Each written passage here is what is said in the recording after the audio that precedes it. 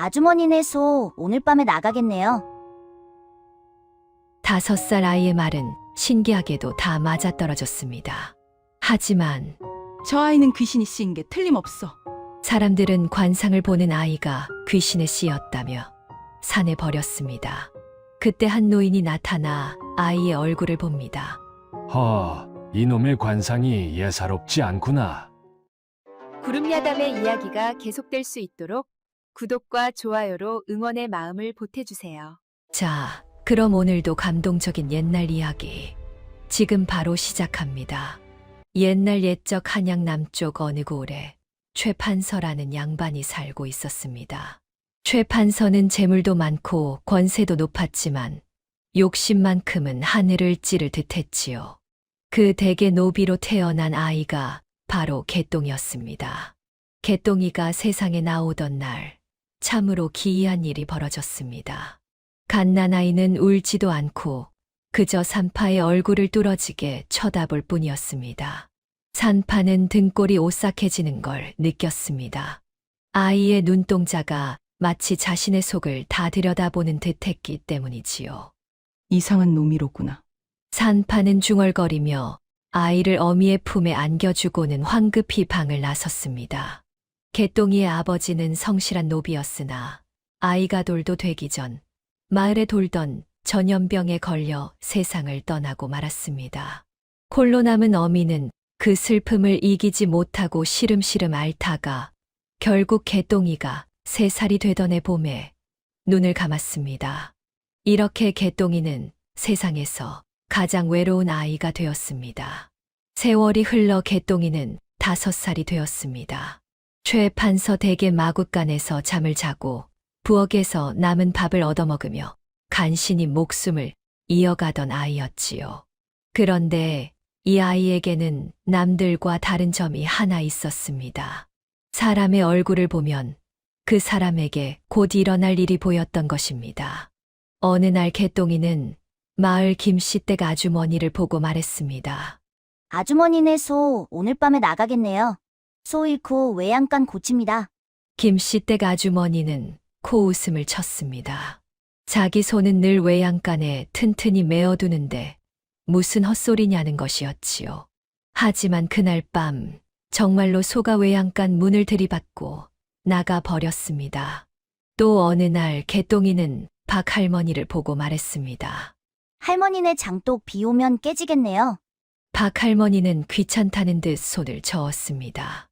하지만 사흘 뒤 소나기가 쏟아졌고 빗물에 젖어 무거워진 나뭇가지가 떨어져 장독을 깨트렸습니다. 이런 일이 한두 번이 아니었습니다. 사람들은 처음엔 신기해했으나 점점 개똥이를 멀리하기 시작했습니다. 재수 없는 놈, 저 아이는 귀신이 씌인 게 틀림없어. 아이들은 개똥이에게 돌을 던졌고 어른들은 개똥이를 보면 침을 뱉었습니다. 개똥이는 외로웠지만 자신이 왜 사람들에게 미움을 받는지 알 수가 없었습니다. 개똥이가 7살이 되던 해 최판서의 생일잔치가 열렸습니다. 최판서는 욕심이 많기로 한양에서 소문난 양반이었습니다. 백성들의 땅을 빼앗고 뇌물을 받아 재물을 쌓았으며 권세를 부려 온갖 악행을 저질렀습니다. 그런 자의 생일잔치이니 떡이나 얻어먹으려는 아부꾼들이 사방에서 모여들었습니다. 대감마님, 천수를 누리실 상이십니다. 대감마님의 은덕으로 저희가 먹고 삽니다. 마당에는 온갖 산의 진미가 가득했고 기생들의 노랫소리가 울려 퍼졌습니다. 개똥이는 심부름을 하느라 잔치상 사이를 이리저리 오가고 있었지요. 그때였습니다. 개똥이의 눈에 이상한 것이 보였습니다. 높은 자리에 앉아 기름진 음식을 개걸스럽게 먹어대는 최판서의 얼굴 뒤로 검은 아지랑이가 피어오르고 있었던 것입니다. 개똥이는 그 검은 기운이 무엇을 뜻하는지 본능적으로 알 수 있었습니다. 죽음, 그것도 온 집안이 망하는 멸문지화의 기운이었습니다. 아이는 두려움에 떨며 그 자리에 얼어붙었습니다. 최판서의 크게 벌어진 입, 기름으로 번들거리는 얼굴, 그리고 그 뒤로 일렁이는 검은 그림자. 그것은 마치 지옥에서 올라온 귀신 같았습니다. 개똥이는 겁에 질려 있었지만 누군가 이 사실을 알려야 한다고 생각했습니다. 아이는 떨리는 발걸음으로 최판서 앞으로 다가갔습니다. 대감마님, 잔치에 취해 있던 최판서가 아이를 내려다보았습니다. 뭐냐, 이놈아? 개똥이는 순진하게 자신이 본 것을 말했습니다. 대감마님 얼굴에 죽을사 작아 보입니다. 순간 잔칫집이 쥐죽은 듯 조용해졌습니다. 아부꾼들의 웃음소리도 기생들의 노랫소리도 뚝 끊겼지요. 최 판서의 얼굴이 불그락 변했습니다.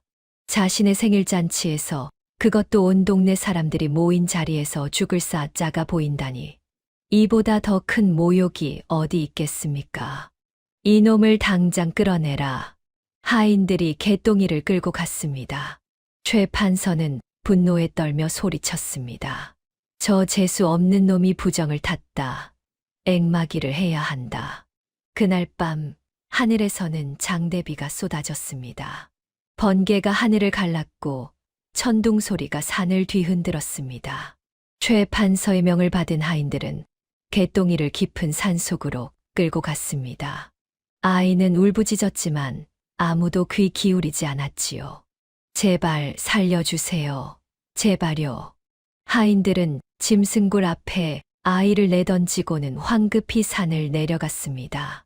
칠흑같이 어두운 밤, 폭우가 쏟아지는 산속에 7살 아이 혼자 남겨졌습니다.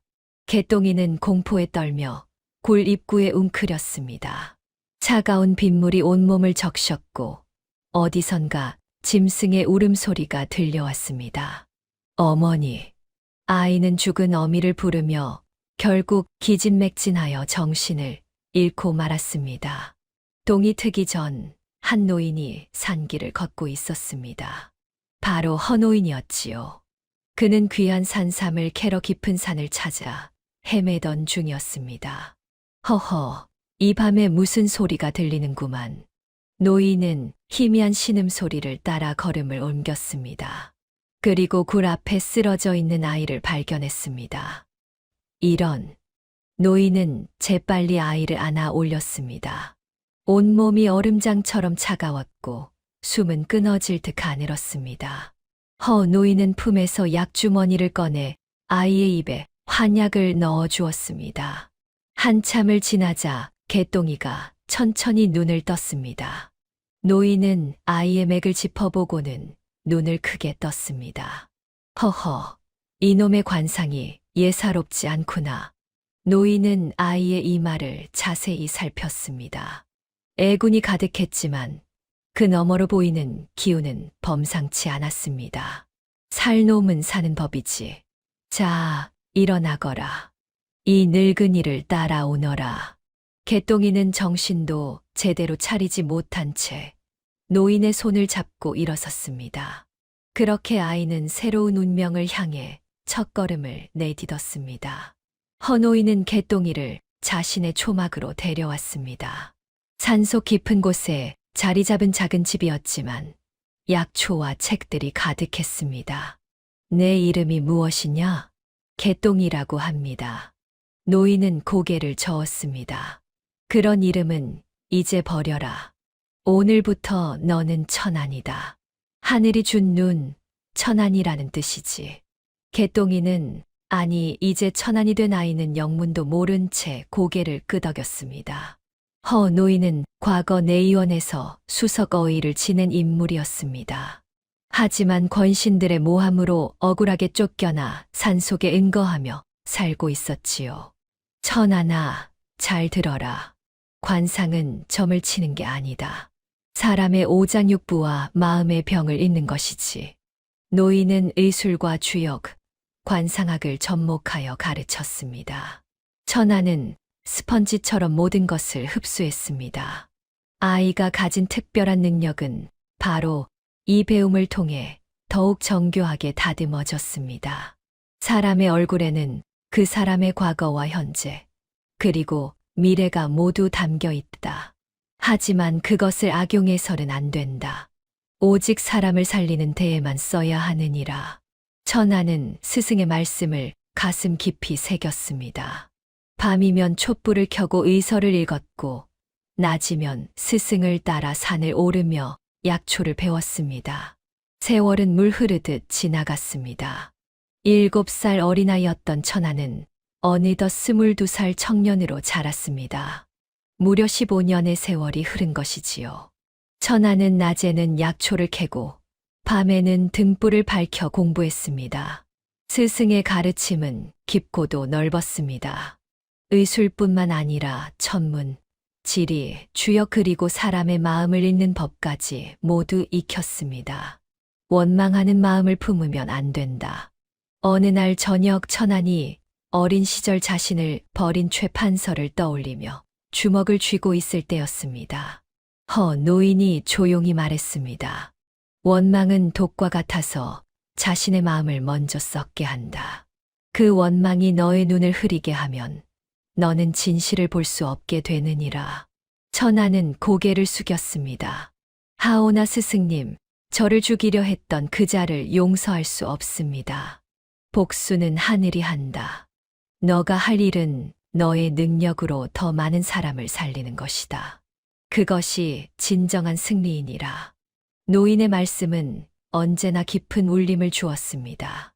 천하는 복수심을 사귀고 대신 더 열심히 공부했습니다. 봄에는 산나무를 뜯고 여름에는 약초를 말렸으며 가을에는 산삼을 캐고 겨울에는 책을 읽었습니다. 그렇게 사계절이 15번 바뀌는 동안 천하는 누구도 따라올 수 없는 경지에 이르렀습니다. 사람의 얼굴만 보면 그 사람의 병이 무엇인지, 마음속에 무슨 근심이 있는지, 앞으로 어떤 일이 벌어질지 꿰뚫어 볼 수 있게 된 것입니다. 이제 너는 스승을 넘어섰구나.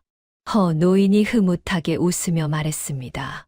아닙니다, 스승님. 제가 가진 모든 것은 스승님께서 주신 것입니다.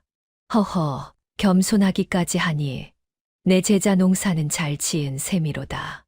22살이 된 천하는 이따금 산을 내려가 장터에서 약재를 팔았습니다. 스승이 필요로 하는 물품을 구하기 위해서였지요. 어느 봄날 장터는 사람들로 북적였습니다. 그런데 갑자기 고함 소리가 들려왔습니다. 도둑이야, 저 과부년이 내 돈을 훔쳐갔어. 한 상인이 젊은 과부를 가리키며 소리쳤습니다. 과부는 울먹이며 억울함을 호소했습니다. 아닙니다. 저는 훔친 적이 없습니다. 하지만 사람들은 과부를 의심의 눈초리로 바라보았습니다. 천하는 그 광경을 지켜보다가 상인과 과부의 얼굴을 번갈아 살폈습니다. 상인의 얼굴에는 붉은 기운이 돌고 있었고 눈동자가 불안하게 흔들렸습니다. 반면 과부의 얼굴에는 억울함과 슬픔만이 가득했지요. 천하는 상인 앞으로 다가갔습니다. 잠깐만 기다리십시오.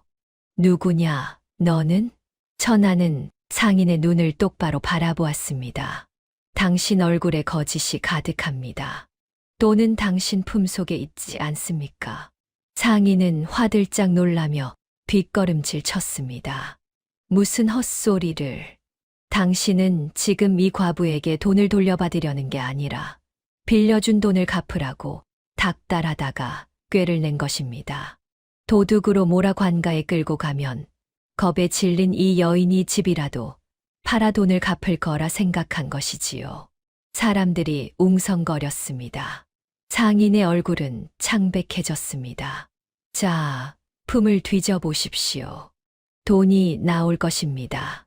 결국 상인의 품에서 돈이 나왔고 사람들은 환호했습니다. 과부는 눈물을 흘리며 천안에게 절을 올렸습니다. 그날 이후 장터 사람들은 천안을 젊은 도사라 불렀습니다. 천안의 소문은 순식간에 퍼져나갔습니다. 장터를 넘어 마을로, 마을을 넘어 고을로, 고을을 넘어 한양까지 소문이 퍼졌지요. 산속에 신통한 젊은이가 있다더군. 사람 얼굴만 봐도 병을 고친다던데? 한양의 양반들이 하나둘 찾아오기 시작했습니다. 어떤 이는 말을 타고 왔고 어떤 이는 가마를 메고 왔습니다. 그런데 천안의 태도는 예사롭지 않았습니다. 비단옷을 입고 돈주머니를 잔뜩 들고 온 탐관오리가 찾아오면 천안은 문전박대했습니다. 돌아가십시오. 뭐라고? 내가 누군지 아느냐? 압니다. 백성의 고혈을 빨아먹는 탐관오리시지요. 당신 얼굴에는 욕심이 덕지덕지 붙어 있어 볼 게 없습니다.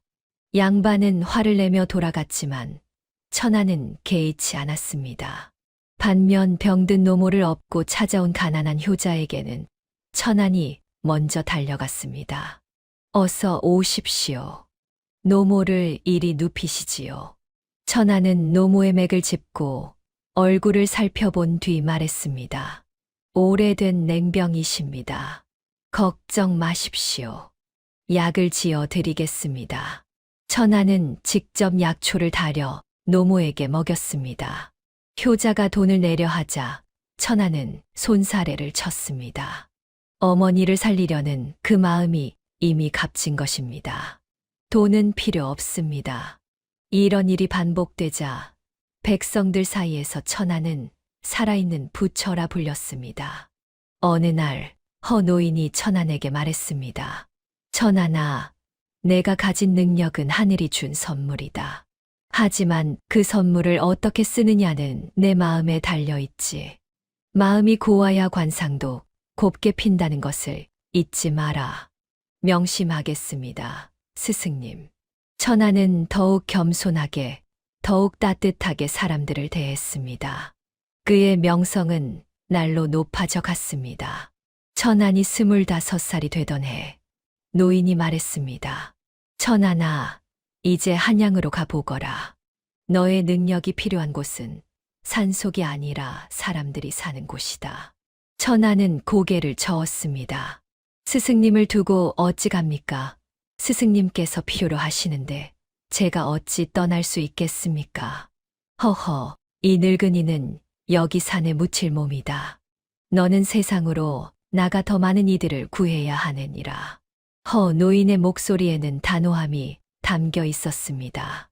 천안은 스승의 뜻을 거역할 수 없었습니다.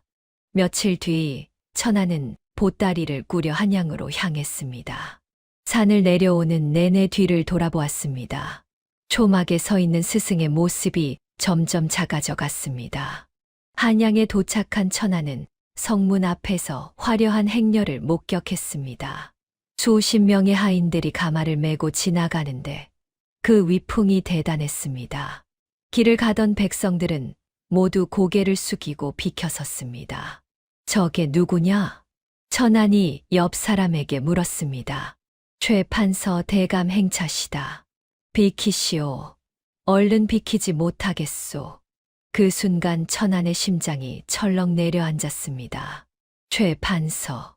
18년 전 자신을 산속에 버려 죽게 만들려 했던 바로 그 사람이었습니다. 가마에 발이 살짝 거쳤고 안에 앉은 노인의 얼굴이 보였습니다. 65살이 된 최판서는 더욱 살이 쪄서 돼지처럼 보였고 얼굴에는 탐욕이 가득했습니다. 그 뒤로 여전히 검은 기운이 일렁이고 있었습니다. 천안은 자신도 모르게 주먹을 꽉 쥐었습니다. 심장이 쿵쿵 뛰었고 온몸에 피가 끓어올랐습니다. 어린 시절의 기억이 파도처럼 밀려왔습니다. 폭우가 쏟아지던 밤, 짐승굴 앞에 버려졌던 그날 밤의 공포가 생생했습니다. 바로 그때 등 뒤에서 익숙한 목소리가 들렸습니다. 때가 아니다, 천안아. 놀라서 돌아보니 허노인이 지팡이를 짚고 서 있었습니다. 숨이 가빠 보였습니다. 먼 길을 급히 달려온 것이 분명했습니다. 스승님, 어찌 여기까지? 몸이 불편하신데 내 마음이 흔들릴까 따라왔느니라. 노인은 천안의 어깨에 손을 얹었습니다. 천안아, 잘 들어라. 썩은 고름은 저절로 터질 때를 기다려야 한다. 내가 성급하게 칼을 대면 오히려 내가 다칠 수 있느니라. 복수는 하늘이 하는 것이다. 천하는 깊게 숨을 들이쉬었습니다. 스승의 말씀이 옳았습니다. 복수는 때를 기다려야 했습니다. 명심하겠습니다, 스승님. 허 노인은 천안의 어깨를 토닥였습니다. 좋다. 지금은 내 능력을 더욱 갈고 닦을 때다. 하늘이 너를 쓸 때가 반드시 온다. 그때를 위해 준비하거라. 천하는 고개를 끄덕이고 행렬이 사라진 거리를 바라보았습니다. 마음속 깊은 곳에서 복수의 불씨가 타오르고 있었지만 천하는 그것을 꾹 눌러 담았습니다. 때를 기다리기로 한 것입니다. 하늘이 정한 그때를 말입니다. 그로부터 석 달 뒤 한양 전체가 발칵 뒤집어졌습니다. 왕께서 원인 모를 괴질에 걸리셨다는 소문이 퍼진 것입니다. 대전 안에서는 왕의 신음소리가 밤낮으로 이어졌습니다. 악몽에 시달리고 식은땀을 비 오듯 흘리며 음식도 제대로 넘기지 못하셨지요. 밤이면 괴로운 비명을 지르며 깨어나시곤 했습니다. 내의원의 어이들이 밤낮으로 약을 다렸으나 왕의 병세는 나아지지 않았습니다. 오히려 날이 갈수록 더욱 깊어져만 갔습니다. 침을 놓아도 소용없었고 약을 다려도 차도가 없었습니다. 궁궐 안은 무거운 분위기에 휩싸였습니다. 궁녀들은 소곤소곤 불길한 소문을 속삭였고 내관들은 근심 어린 얼굴로 복도를 오갔습니다. 이때 조정의 실세로 군림하던 최 판서가 움직였습니다. 그는 이 기회를 놓치지 않았지요.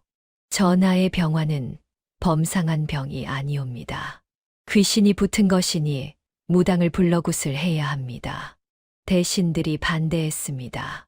그럴 수는 없습니다. 무당을 궁궐에 들이는 것은 예법에 어긋납니다. 하지만 왕의 병세가 워낙 심각하자 결국 최 판서의 뜻대로 되었습니다. 왕께서 직접 허락하신 것입니다. 최 판서는 자신의 아들을 통해 미리 매수해둔 무당을 궁궐로 들였습니다. 그 무당은 이름만 무당이었을 뿐 실은 사기꾼에 불과했습니다. 이것은 조상신이 노하신 것이옵니다. 큰 굿을 올려야 합니다. 무당은 요란하게 굿판을 벌이고 온갖 주문을 외쳤습니다. 그리고 정체를 알 수 없는 부적을 태운 물을 왕께 올렸습니다. 하지만 그 물에는 왕의 정신을 흐리게 만드는 약이 섞여 있었습니다. 최 판서의 계략이었지요. 왕을 병들게 하고 자신이 구원자처럼 나타나 권력을 장악하려는 음모였습니다.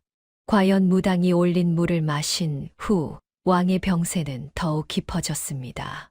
어전에서는 왕의 괴로운 신음소리가 끊이지 않았고 궁궐 전체가 슬픔에 잠겼습니다. 백성들도 불안에 떨었습니다. 전하께서 위독하시다니 나라의 망조가 든 것 아닌가. 이러다 나라가 어찌 되는 것이냐? 한양거리에는 흉흉한 소문이 떠돌았고 백성들의 마음은 어두워져만 갔습니다. 장터는 한산해졌고 사람들은 집에만 틀어박혀 있었습니다. 무당의 굿판은 날이 갈수록 요란해졌습니다. 징과 꽹과리 소리가 대궐을 뒤흔들었고 온갖 이상한 주문이 밤낮으로 이어졌습니다. 무당은 궁궐 곳곳에 부적을 붙이고 왕께 정체불명의 약물을 계속 올렸습니다. 그럴수록 왕의 정신은 더욱 혼미해졌고 몸은 더욱 쇠약해져 갔습니다. 한때 씩씩하시던 왕의 모습은 온데간데 없었습니다.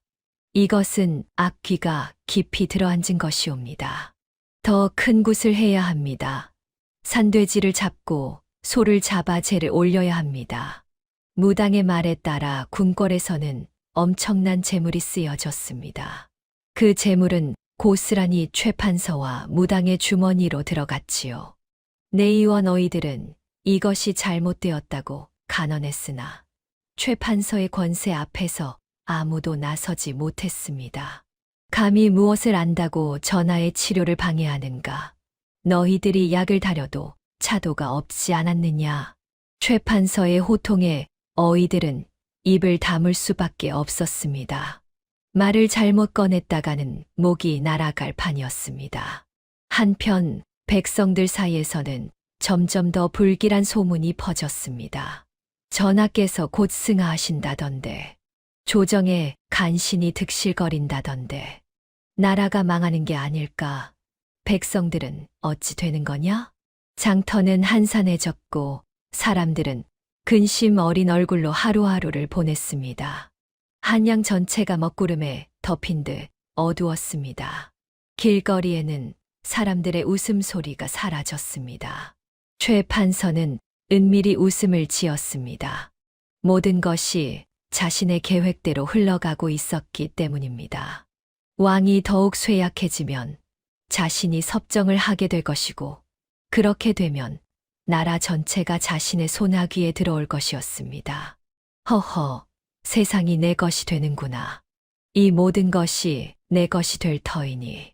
최 판서는 탐욕이 가득 찬 눈으로 궁궐을 바라보았습니다. 그의 눈에는 권력에 대한 집착만이 가득했습니다. 산속 초막에서 이 모든 소식을 들은 허 노인은 깊은 한숨을 내쉬었습니다. 나라가 위태롭구나. 백성들이 고통받고 있구나.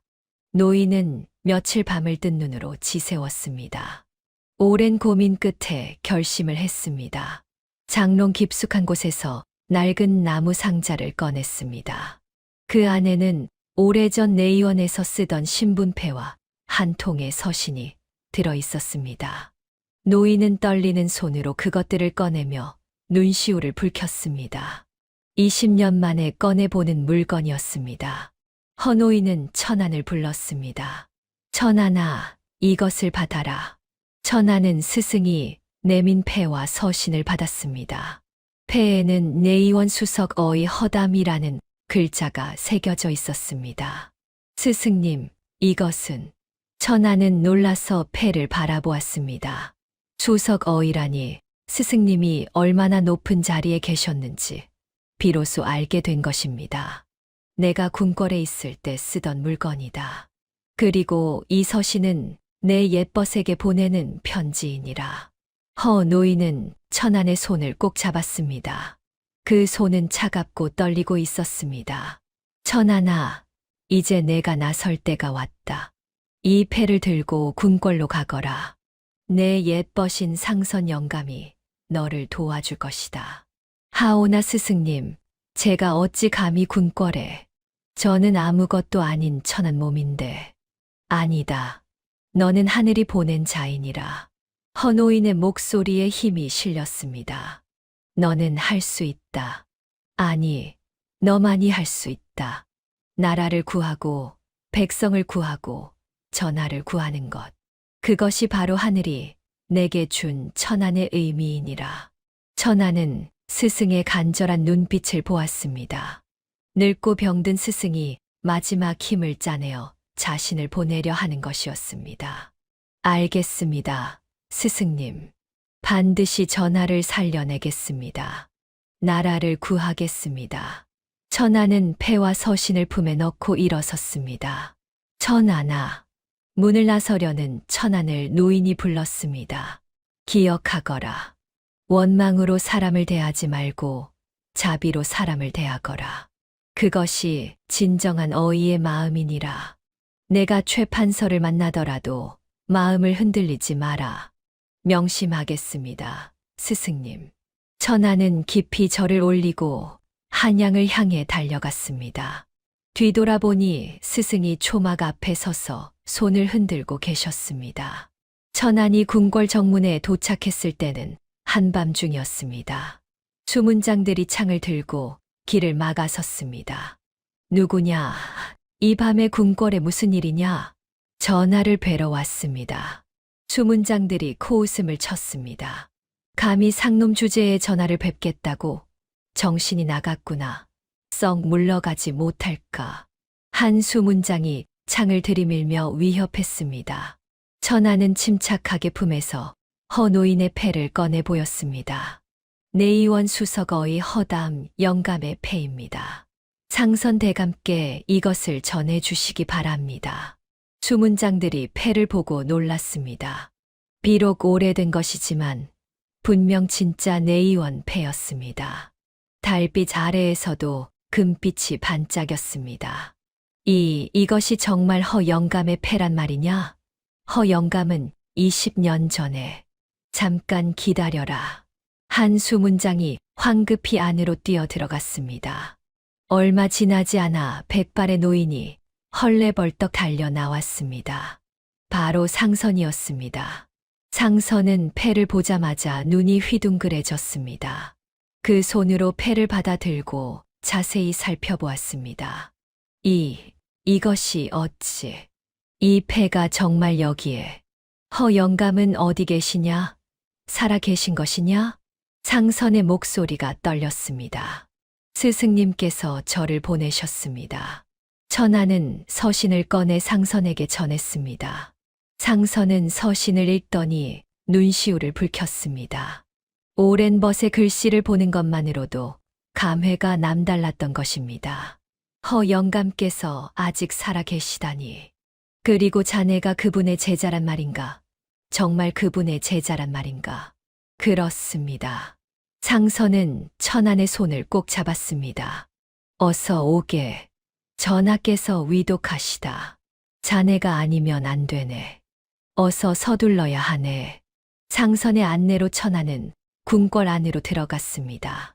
깊은 밤 궁궐 안은 쥐 죽은 듯 조용했지만 어전에서만 희미한 불빛이 새어 나왔습니다. 천안이 어전 밖에 도착했을 때 무당이 막 나오는 참이었습니다. 오늘도 큰 굿을 올렸으니 내일이면 차도가 있을 것이옵니다. 무당은 거짓말을 늘어놓으며 나갔습니다.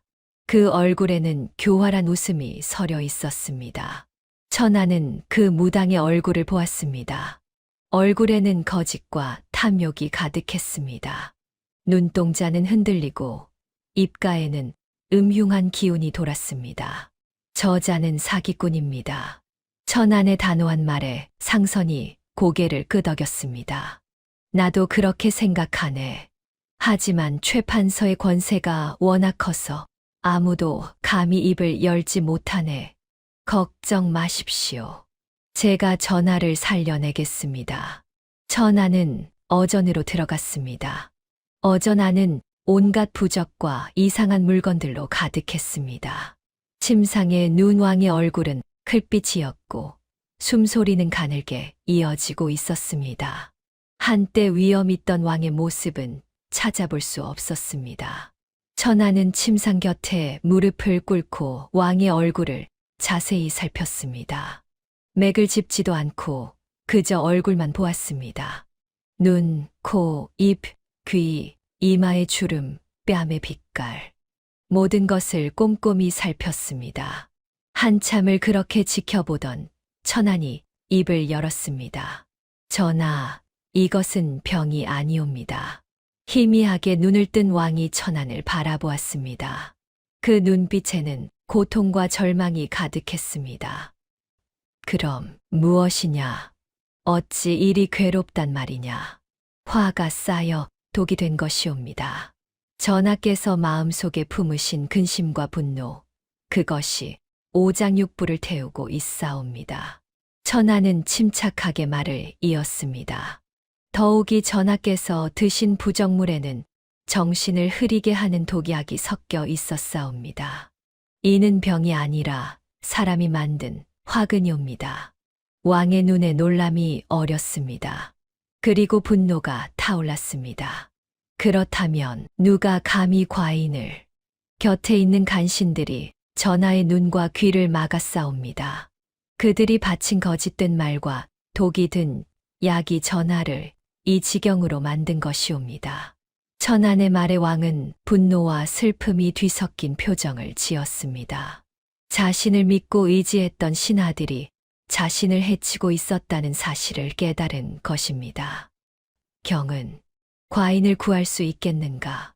정말 구할 수 있겠는가?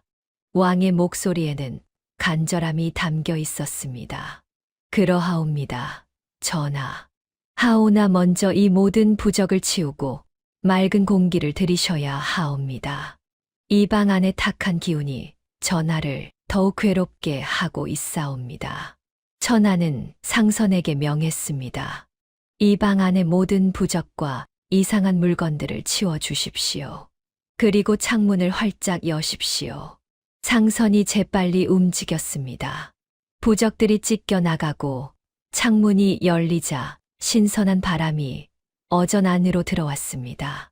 달빛도 함께 들어와 방 안을 은은하게 밝혔습니다. 천하는 품에서 약재를 꺼내 직접 다리기 시작했습니다. 그리고 정성껏 다린 약을 왕께 올렸습니다. 전하, 이 약은 독을 풀고 화를 내리는 약이옵니다. 드시옵소서. 왕은 천안의 눈을 보았습니다. 그 눈에는 거짓이 없었고 오직 진심만이 담겨 있었습니다. 왕은 오랜만에 믿을 수 있는 사람을 본 것입니다. 왕은 천천히 약을 드셨습니다. 그리고 처음으로 편안한 잠에 들었습니다. 악몽도 나타나지 않았습니다. 다음 날 아침 왕의 안색이 조금 돌아왔습니다. 천안의 약이 효과를 본 것입니다. 밤새 편안히 주무신 왕은 한결 나아 보였습니다. 하지만 천안은 여기서 멈추지 않았습니다.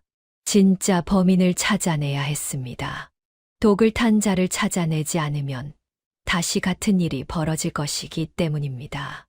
상선대감, 전하를 모시는 궁녀와 내관들을 모두 이곳으로 불러주십시오. 상선의 명으로 10명 남짓한 궁녀와 내관들이 어전 밖에 모였습니다. 모두들 불안한 표정이었습니다. 천하는 그들의 얼굴을 하나하나 살폈습니다. 대부분은 걱정과 두려움만이 가득한 얼굴이었습니다. 진심으로 전하를 걱정하는 마음이 보였습니다. 하지만 한 젊은 궁녀의 얼굴만은 달랐습니다. 얼굴빛이 흑빛이었고 눈동자가 불안하게 흔들렸습니다. 입술은 파랗게 질려 있었습니다. 천안이 그 궁녀 앞으로 다가갔습니다. 궁녀는 더욱 떨기 시작했습니다. 너의 얼굴의 주인을 배신한 공포가 서려 있구나. 궁녀는 화들짝 놀라며 고개를 떨구었습니다. 아니옵니다. 저는 아무것도. 네 손이 떨리고 입술이 파랗게 질려 있다. 이마에는 식은땀이 맺혀 있구나. 내가 전하께 독약을 탄 것이 아니냐? 결국 궁녀는 무릎을 꿇으며 울음을 터뜨렸습니다. 다리의 힘이 풀려 주저앉고 말았습니다. 용서하옵소서. 저는 시킨 대로만 했을 뿐이옵니다. 저도 어쩔 수 없었사옵니다. 누가 시켰느냐? 누가 너에게 그런 짓을 시켰느냐?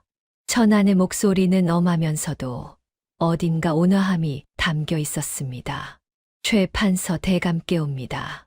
대감께서 저희 가족을 인질로 잡고 전하께 드리는 약에 이상한 가루를 달라고 안 하면 가족을 모두 죽인다고 궁녀는 흐느끼며 말했습니다. 진실이 드러나는 순간이었습니다. 상선과 주변의 신하들은 경악했습니다. 모두들 최 판서의 악행에 치를 떨었습니다. 천하는 왕께 아뢰었습니다. 전하, 최 판서가 바로 이 모든 일의 주모자이옵니다. 전하를 독살하려 한 역적이옵니다. 소식을 들은 최 판서는 경악했습니다. 완벽하다고 생각했던 계획이 무너지기 시작한 것입니다. 안 돼. 이대로 끝날 수는 없어. 절대 안 돼. 최 판서는 사병들을 풀어 천안을 없애려 했습니다. 한밤중 수십 명의 자객들이 궁궐로 들이닥쳤습니다. 칼을 빼든 채 어전을 향해 달려왔습니다. 하지만 상선이 이미 왕명을 받아 금군을 배치해 둔 터였습니다. 자객들은 금군에게 제압되었고 최 판서는 궁지에 몰렸습니다. 이튿날 아침 최 판서는 어전으로 끌려왔습니다. 왕 앞에 꿇어앉은 최 판서는 여전히 발악했습니다. 전하, 저는 억울하옵니다. 저 자는 사기꾼이옵니다. 어디서 온지도 모르는 자의 말을 어찌 믿으시옵니까? 그때 천안이 최 판서 앞으로 걸어갔습니다. 그리고 조용히 말했습니다. 대감, 18년 전 빗속에 버려진 그 아이를 기억하십니까? 최 판서의 얼굴이 새하얗게 질렸습니다. 그 순간 과거의 기억이 스쳐 지나갔습니다. 너는 설마 그때 그 개똥이가? 그렇습니다. 제가 바로 그 개똥이옵니다. 최 판서는 믿을 수 없다는 표정으로 천안을 바라보았습니다. 죽은 줄 알았던 그 아이가 살아서 돌아온 것입니다. 그것도 자신을 파멸로 몰아넣는 자로 말입니다. 그때 대감께서는 저를 죽음의 산에 버렸습니다. 하지만 하늘은 저를 살려주셨습니다. 그리고 오늘 하늘은 대감의 죄를 밝히라 하셨습니다. 천하는 왕께 아뢰었습니다. 전하, 최 판서는 18년 전부터 온갖 악행을 저질렀사옵니다. 백성의 땅을 빼앗고 뇌물을 받았으며 심지어 7살 아이를 죽이려 하였사옵니다. 왕의 얼굴에 노기가 가득했습니다. 최 판서 경의 죄목이 이토록 많으냐? 과인을 독살하려 했을 뿐 아니라 어린아이까지. 최 판서는 땅바닥에 엎드려 용서를 빌었습니다. 하지만 이미 늦었습니다. 바로 그때 최 판서의 아들이 급히 어전으로 들어왔습니다. 그 손에는 두툼한 장부가 들려 있었습니다. 전하, 저는 아버지의 비리를 고발하러 왔사옵니다. 최 판서는 믿을 수 없다는 표정으로 아들을 바라보았습니다. 자신이 그토록 아끼던 아들이 자신을 배신하는 것이었습니다.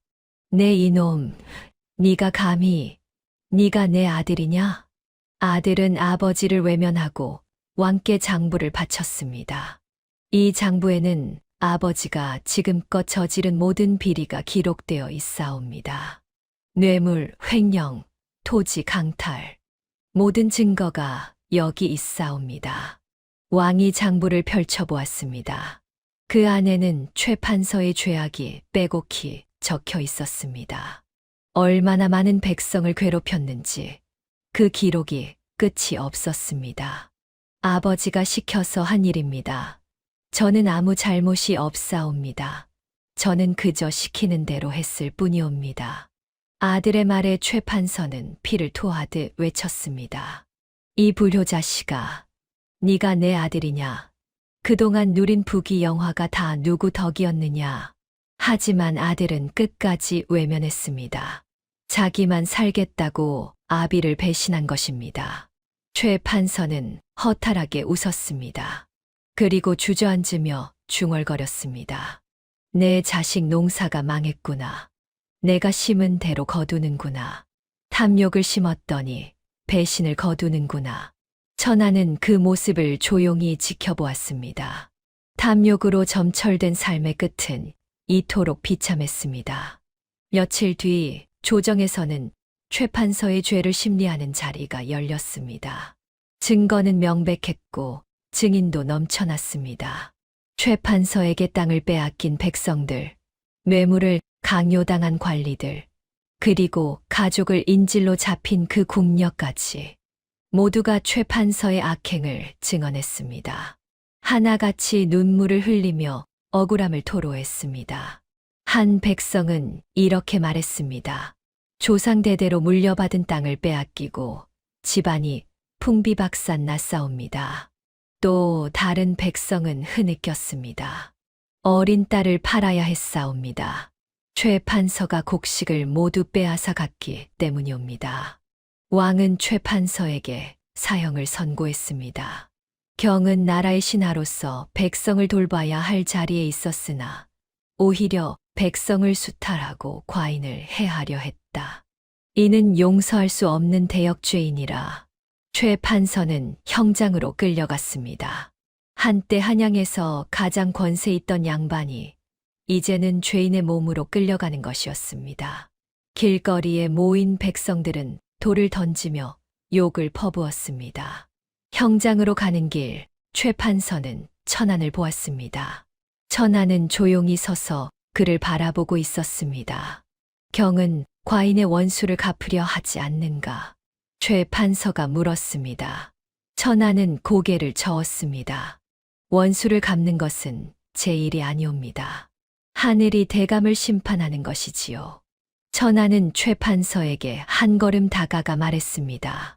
대감, 재물은 산처럼 쌓았으나 갈 때는 빈손이군요. 부디 저승에서는 베풀며 사십시오. 최판서는 그제야 회한의 눈물을 흘렸습니다. 평생을 탐욕으로 살아온 자신의 삶이 주마등처럼 스쳐 지나갔습니다. 재물을 모으느라 정작 사람을 얻지 못했고, 권세를 누리느라 정작 행복을 누리지 못했습니다. 아들마저 자신을 배신했으니 그가 쌓은 것은 재물이 아니라 허무였던 것입니다. 공술의 공수거, 빈손으로 왔다가 빈손으로 가는구나. 평생을 헛되이 살았구나. 최판서는 고개를 떨구며 형장으로 걸어갔습니다. 그 뒷모습은 처량하기 그지없었습니다. 한편 최판서의 아들은 아버지의 재산을 차지하려 했으나 왕은 그 재산을 모두 몰수하여 백성들에게 돌려주라 명했습니다. 아비를 배신한 자식에게 무슨 재물을 주겠느냐. 그 재물은 모두 백성에게서 빼앗은 것이니 백성에게 돌려주어라. 결국 최판서의 아들도 빈털터리가 되어 한양을 떠나야 했습니다. 탐욕의 대가는 이렇게 처절했습니다. 그 역시 아버지가 심은 씨앗을 거두게 된 것입니다. 왕은 천안의 치료를 받으며 날로 건강을 되찾았습니다. 얼굴에 생기가 돌고 식욕도 돌아왔으며 악몽도 사라졌습니다. 한 달 전에 초췌한 모습은 찾아볼 수 없었습니다. 한 달이 지나자 왕은 완전히 회복되었습니다. 조정 대신들은 모두 기뻐했고 백성들도 안도의 한숨을 내쉬었습니다. 한양 거리에는 다시 웃음소리가 돌아왔습니다. 왕은 천안을 불러 큰 상을 내리려 했습니다. 경은 과인의 목숨을 구했을 뿐 아니라 나라를 위기에서 구했도다. 정일품 벼슬을 내리고 한양의 큰 기와집을 하사하겠노라. 원하는 것이 있으면 무엇이든 말하거라. 하지만 천하는 정중히 고개를 숙이며 거절했습니다. 전하, 황송하오나 신은 벼슬도 집도 원치 않사옵니다. 왕은 놀랐습니다. 누구나 탐낼 벼슬과 재물을 거절하다니 믿을 수 없는 일이었습니다. 무엇 때문인가? 경이 원하는 것이 무엇이든 들어주겠노라. 금은 보화든 땅이든 무엇이든 말하거라. 천하는 환하게 웃으며 대답했습니다. 전하, 세상 모든 사람의 얼굴이 신의 스승이옵니다. 그리고 자연이 신의 집이옵니다. 신은 궁궐이 아니라 백성들 곁에서 살고 싶사옵니다. 왕은 천안의 말에 깊이 감동했습니다. 이토록 청렴한 신하를 본 적이 없었기 때문입니다. 경은 진정한 어이로다. 좋다. 그렇다면 경이 가는 곳마다 과인의 축복이 함께하기를 바라노라. 왕은 천안에게 금으로 된 어이 패를 하사했습니다. 이 패를 가지고 있으면 전국 어디서든 관가의 도움을 받을 수 있을 것이다. 그리고 백성을 살리는 데 쓰거라. 이것이 과인이 경에게 줄 수 있는 최소한의 은혜이니라. 천하는 깊이 절하며 패를 받았습니다. 그 패에는 왕의 어보가 새겨져 있었습니다. 천하는 한양을 떠나 산속 초막으로 돌아갔습니다. 허노이는 제자가 무사히 돌아온 것을 보고 기뻐하며 눈물을 흘렸습니다. 잘했다, 전하. 정말 잘했구나. 네가 해냈구나. 노인의 목소리는 떨리고 있었습니다. 스승님 덕분이옵니다. 스승님께서 저를 살려주시고 가르쳐 주신 덕분이옵니다. 두 사람은 다시 산속에서 평화로운 나날을 보냈습니다. 하지만 천하는 가만히 있지 않았습니다. 마을마다 찾아다니며 병든 이들을 치료해주고 억울한 일을 당한 이들을 도와주었습니다. 천안의 명성은 날로 높아져 사람들은 그를 살아있는 부처라 불렀습니다. 어느 봄날 왕이 다시 천안을 불렀습니다. 경에게 꼭 주고 싶은 것이 있노라. 하지만 천안은 또다시 정중히 거절했습니다. 전하, 신은 이미 충분히 받았사옵니다. 전하께서 건강하시고 백성이 평안하면 그것이 신에게는 가장 큰 상이옵니다. 왕은 천안의 손을 꼭 잡았습니다. 경 같은 신하가 있어 과인은 행복하오. 경이야말로 진정한 충신이로다. 며칠 뒤 천안은 늙은 스승 헌호인을 부축하며 다시 산으로 돌아갔습니다. 석양이 붉게 물드는 길 위에서 천안은 보찜을 메고 스승의 팔을 잡았습니다. 헌호인은 지팡이를 짚고 천천히 걸었습니다. 스승님, 어디로 가실까요? 어디든 좋다. 우리가 필요한 곳이면 되느니라. 아픈 이들이 있는 곳, 괴로운 이들이 있는 곳이라면 어디든지 말이니라. 두 사람의 뒷모습이 저 멀리 산 너머로 사라져 갔습니다. 그 뒷모습은 평화롭고도 따뜻했습니다. 노을빛이 두 사람을 감싸 안았습니다. 세상에는 여전히 아픈 사람들이 많았고 억울한 일을 당하는 사람들이 많았습니다.